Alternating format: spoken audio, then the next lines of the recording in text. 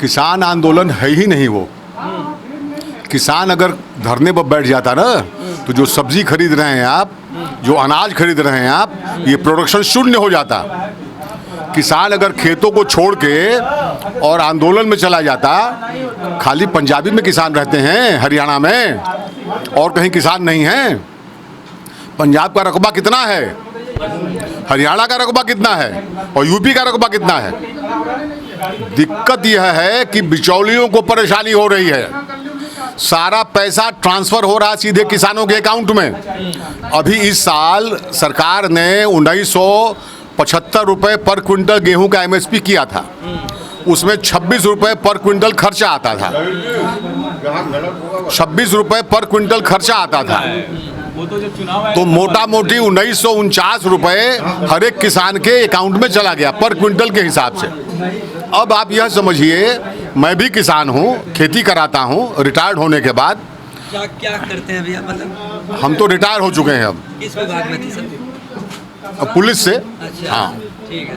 हम अपनी खेती कराते हैं गांव पर, और हमने इस साल करीब 70 क्विंटल गेहूं एक बार और 30 क्विंटल गेहूं एक बार, 100 क्विंटल गेहूं किसान दिया। रजिस्ट्रेशन कराना पड़ता है उसके लिए, आप जाइए रजिस्ट्रेशन कराइए। पहली बार 65 रुपये का रेट मिला हम लोगों को सरसों का, 6500 रुपये क्विंटल। नहीं तो अब आप कहते हैं किसानों की आमदनी दुगनी करो, दाम घटा दो। भाई किसान का रेट किसान तय करेगा ना। किसान का पेट्रोल का रेट कौन तय करता है? पेट्रोल कंपनियां करती हैं। तो किसान का रेट किसान को तय करने दीजिए। आप जब सब्जी खरीदने जाते हो, वो कहता है 40 रुपये की एक गोभी है जो बेचता है, तो किसान से वो जाके खरीदता है, तो किसान अपने रेट से देता है ना। वो 20 रुपये का देता है, वो अपना 10 रुपये मुनाफा रख के आपको 30 रुपये में दे देता है या 35 रुपये में दे देता है, जो भी उस समय मार्केट का रेट हो। डिमांड और सप्लाई का जो नियम है उसी के हिसाब से मार्केट डिसाइड होता है। सबसे बड़ी बात यह है कि जो किसान खेती करता है उसको उसकी लागत का मूल्य मिलना चाहिए, तब उसको कुछ मुनाफा होगा। पहली बार ऐसा हुआ है कि खेती में से जो प्रोड्यूस पैदा हुआ, सरसों की खरीद हुई, चने की खरीद हुई, अरहर की खरीद हुई, गेहूं की खरीद हुई, लोगों ने अपना बेचा। हाँ, एक जो दिक्कत किसानों को आ रही है वो छोटे किसानों को आ रही है। सरकार को इस पर सोचना चाहिए। जो 100 क्विंटल 200 क्विंटल पैदा करता है उसका तो रजिस्ट्रेशन हो जाता है, लेकिन वो किसान जो 10 क्विंटल पैदा करता है या 20 क्विंटल या 30 क्विंटल पैदा करता है, उसका तो खरीद नहीं हो पा रहा है। सरकार को इस पर ध्यान देना चाहिए। एक बात यह है। दूसरी बात यह, जो आप लोग MSP की बात करते हो, उसको या तो मिनिमम सपोर्ट प्राइस कह लो या मैक्सिमम सपोर्ट प्राइस कह लो। अगर मिनिमम सपोर्ट प्राइस है तो उसको और बढ़ाना पड़ेगा, मैक्सिमम सपोर्ट प्राइस है तब भी थोड़ा बढ़ाना चाहिए। 1 बीघा गेहूं बोने की लागत जो है वो तकरीबन 4000 रुपये है। खेत की जुताई, बोआई, बीज, खाद, पानी सबकी व्यवस्था करके, निराई गुड़ाई, तो अगर 4000 रुपये है और 10 क्विंटल गेहूं पैदा होता है 1 बीघे में, या 8 क्विंटल पैदा होता है, तो उस हिसाब से उसके रेट का फिक्सेशन होना चाहिए। किसान को लाभ तब मिलेगा। दूसरी जो किसानों का एक अहम मुद्दा है, कि कुछ किसान ठेके पर खेती करते हैं, उनके पास ज़मीन नहीं है, उनको उनकी लागत ज़्यादा होती है क्योंकि खेत वो किराए पर लेते हैं, 7000-8000 रुपये बीघे किराए पर लेते हैं और तब अपनी खेती करते हैं। उनको भी यही अगर रेट दिया जाएगा तो उनका तो कोई फ़ायदा नहीं होगा। वो 2 फसल बोते हैं या कभी 3 फसल बो लेते हैं। तो उनके हितों का ध्यान सरकार को रखना होगा। यह पता करना होगा गांव-गांव में कि कितने लोग ठेके पर खेती कर रहे हैं। इसके लिए लेखपाल से आपके पास पूरा अमला मौजूद है जो कोई काम नहीं कर रहा है। अब तो लेखपाल कुछ काम करने लगे, नहीं तो मैं देख रहा हूँ गांव में, पहले तो लेखपाल का मिलता ही नहीं था। वो खाली पटवन लेने आता था या लगान, उसका लेखपाल साहब घर पर बैठे हैं। चीज़ें सुधरी हैं लेकिन सुधार की आवश्यकता है। और जो किसान ठेके पर खेती कर रहा है उसके बात को भी ध्यान में रखना चाहिए। जो खेत किराए पर लेता है, अपनी पूंजी लगाता है, उसको लाभ नहीं मिल रहा है, उसकी लागत नहीं निकल रही है। क्योंकि आप मान के चलिएगा 1 बीघे का जो साल भर का ठेका होता है वो 8000 रुपये का होता है और 4000 रुपये गेहूं की बुआई का खर्च हो गया, तो 12000 तो उसका खर्च हो गया ना। प्लस उसका अपना श्रम, मौसम की मार, इन सबको ध्यान में रखते हुए यह देखना होगा कि ठेके पर जो लोग खेती कर रहे हैं उनका हित कैसे साधा जाए। यह एक कमी है इस पर।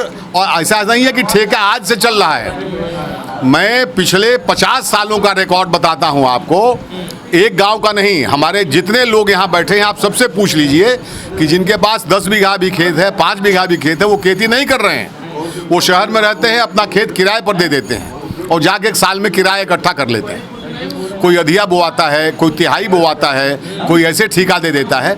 तो जो ठेके पर किसान खेती कर रहा है उसके भी हितों का ध्यान रखना होगा सरकार को। ये मूल मुद्दा होना चाहिए। और जो ये किसान बैठे हैं वहाँ धरने पर, जो टिकैत राकेश टिकैत बैठे हैं, वो नेता बने हुए हैं। आप पूछिए आज से 20 साल पहले उनके पास कितनी ज़मीन थी, आज कितनी ज़मीन है। और वो आदमी वहाँ CAA का नारा लगवाता है, NRC का नारा लगवाता है, मंच से अल्लाह अकबर का नारा लगवाता है। क्या है ये? CAA और NRC इस देश के लिए ज़रूरी है। बगल में चाइना है, 7 देशों से बाउंड्री लगती है उसकी। एक भी आदमी वहाँ नहीं जा सकता है, एक भी एक्स्ट्रा आदमी वहाँ नहीं जा सकता है। सबका वहाँ नेशनल रिकॉर्ड रजिस्टर बना हुआ है या सबका CAA में रजिस्ट्रेशन है। कोई वहाँ नहीं घुस सकता है। क्यों? हिंदुस्तान क्या सराय है लोगों के लिए? कोई बांग्लादेश से आ गया, कोई पाकिस्तान से आ गया, कोई म्यांमार से आ गया, सराय बनी है ये? कहाँ से बोझ उठाएगी सरकार? और कहाँ से हमारे देश के जो किसान हैं कितना अनाज पैदा करेंगे? आज 100 हमारे अपने रिकॉर्ड के हिसाब से सन 71 से लेके और आज तक बांग्लादेशियों की संख्या में हज़ारों का नहीं करोड़ों का इजाफा हुआ है। और सरकारों ने वहाँ से जब भी कांग्रेस की सरकार थी, वो सरकारें जो मुस्लिम तुष्टीकरण की नीति पर चलती थी, उन्होंने उनको आने दिया, यहाँ बसने दिया। आप बनारस का सर्वे कर लीजिए, आपको यहाँ 10 लाख से ऊपर बांग्लादेशी मिलेंगे, करके देखिए। चलिए ठीक है, थोड़ा एक चीज़ और, जैसे भाई किसान आंदोलन में आपने CAA NRC की बात करी, अल्लाह अकबर के नारे की बात करी, सवाल ये खड़ा होता है कि किसान आंदोलन में CAA और NRC का क्या काम है? वही तो मैं पूछ रहा हूँ। राकेश टिकैत से प्रश्न करिए ना आप लोग, और जो किसान आंदोलन के पुरोधा हैं उनसे प्रश्न करिए तो वो कि ये CAA और NRC का नारा वहाँ क्यों लग रहा है, अल्लाह अकबर का नारा क्यों लग रहा है? किसान कानून हम नहीं चाहते हैं कोई धार्मिक नारा लगे कहीं। आप किसान कानून को पढ़ लो पहले, और किसान के अगर हित में नहीं है उसको हाईलाइट करो। वो आपकी हक की लड़ाई लड़ रहे हैं, वो तो यही बोल रहे हैं कि हम तो सभी किसानों के हक की लड़ाई लड़ रहे हैं। भैया अगर किसान हक की लड़ाई लड़ रहे हैं राकेश टिकैत, तो इस साल 8 महीने से है ना धरने पर, तो इस साल प्रोड्यूस जो आएगा अभी खरीफ का वो 0 हो जाएगा। अगर किसान वहाँ धरने पर है तो पूरा प्रोड्यूस 0 होगा। और आप देखिएगा जब आएगा अभी प्रोड्यूस, जब सरकार खरीदेगी और जब खाद्यान्न का रिलीज होगा डाटा, तो आपको पता लगेगा देश में कितना खाद्यान्न पैदा हुआ। अगर किसान आंदोलन में बैठा हुआ है तो आपको सब्जी कहाँ से मिल रही है, आपको अनाज कहाँ से मिल रहा है, आपको मक्का कहाँ से मिलेगा, ज्वार कहाँ से मिलेगा, जो अभी फसल है बाजरा कहाँ से मिलेगी, गेहूँ धान कहाँ से मिलेगा? नहीं मिलेगा। तो राकेश टिकैत ये जो कर रहे हैं, क्या इसके पीछे क्या वजह है जो वो आंदोलन कर रहे हैं? अरे भैया पॉलिटिकल एजेंडा है कुछ पार्टियों का, funded by foreign countries and NGO, जो भारत में अस्थिरता चाहते हैं। आप नाम लेना चाहेंगे तो नाम सुन लीजिए। ये सारा जो आंदोलन है, वो ये जो सारा आंदोलन है फंडेड बाय कुछ NGOs हैं, समझे आप? मेरे पास आज डाटा नहीं है कि मैं आपको डाटा ऑथेंटिकली बता दूं, लेकिन ये फंडेड नहीं। तो आप सोचिए, एक ट्रैक्टर पर AC लग गया, कमरे बन गए, वहाँ मसाज पार्लर खुल गया, वहाँ दारू की दुकानें खुल गई, वहाँ बलात्कार हुआ, हत्या हो गई। कौन सा किसान आंदोलन है भाई? कौन सा किसान आंदोलन है ये? और खाली किसान राकेश टिकैत के साथ है और पंजाब हरियाणा में है, यूपी में किसान नहीं है, बिहार में किसान नहीं है, आसाम में किसान नहीं है, मध्य प्रदेश में किसान नहीं है, राजस्थान में किसान नहीं है। ये एक सोची समझी वामपंथी सोच का नतीजा है, जो चाहती है कि इस देश में पॉपुलेशन एक्सप्लोजन करा के इस देश के टुकड़े कर दिए जाएं। ये है इनका मूल एजेंडा। क्योंकि अब मैं नाम किसी का नहीं लेना चाहता, लेकिन जो अल्लाह अकबर नारा का मतलब क्या है? क्यों जो लोग यहाँ, भैया देश का पार्टीशन हुआ ना 47 में, जिनको जाना था पाकिस्तान चले गए, जिनको जाना था बांग्लादेश उस समय के पाकिस्तान में चले गए, यहाँ जो रह गए वो यहाँ रह गए। हमने तो उनको निकाला नहीं कभी, उनकी आबादी 2 करोड़ थी, अभी 22 करोड़ है।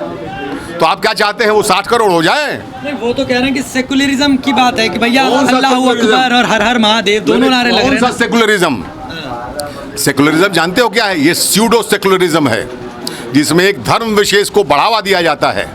नहीं तो आज आप सोचिए, जितनी भी धार्मिक संस्थाएं हैं हिंदुस्तान, हिंदुओं के जितने मंदिर हैं वो सरकार के कब्जे में हैं, और सरकार उस फंड को रिलीज करती है सबके वेलफेयर के लिए। मस्जिदों का फंड क्यों नहीं रिलीज करती?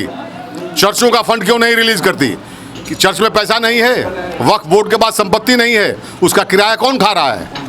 उसकी ज़मीन का किराया कौन ले रहा है? उसकी दुकान का किराया कौन ले रहा है? और ले रहा है तो वो फल फूल रहा है।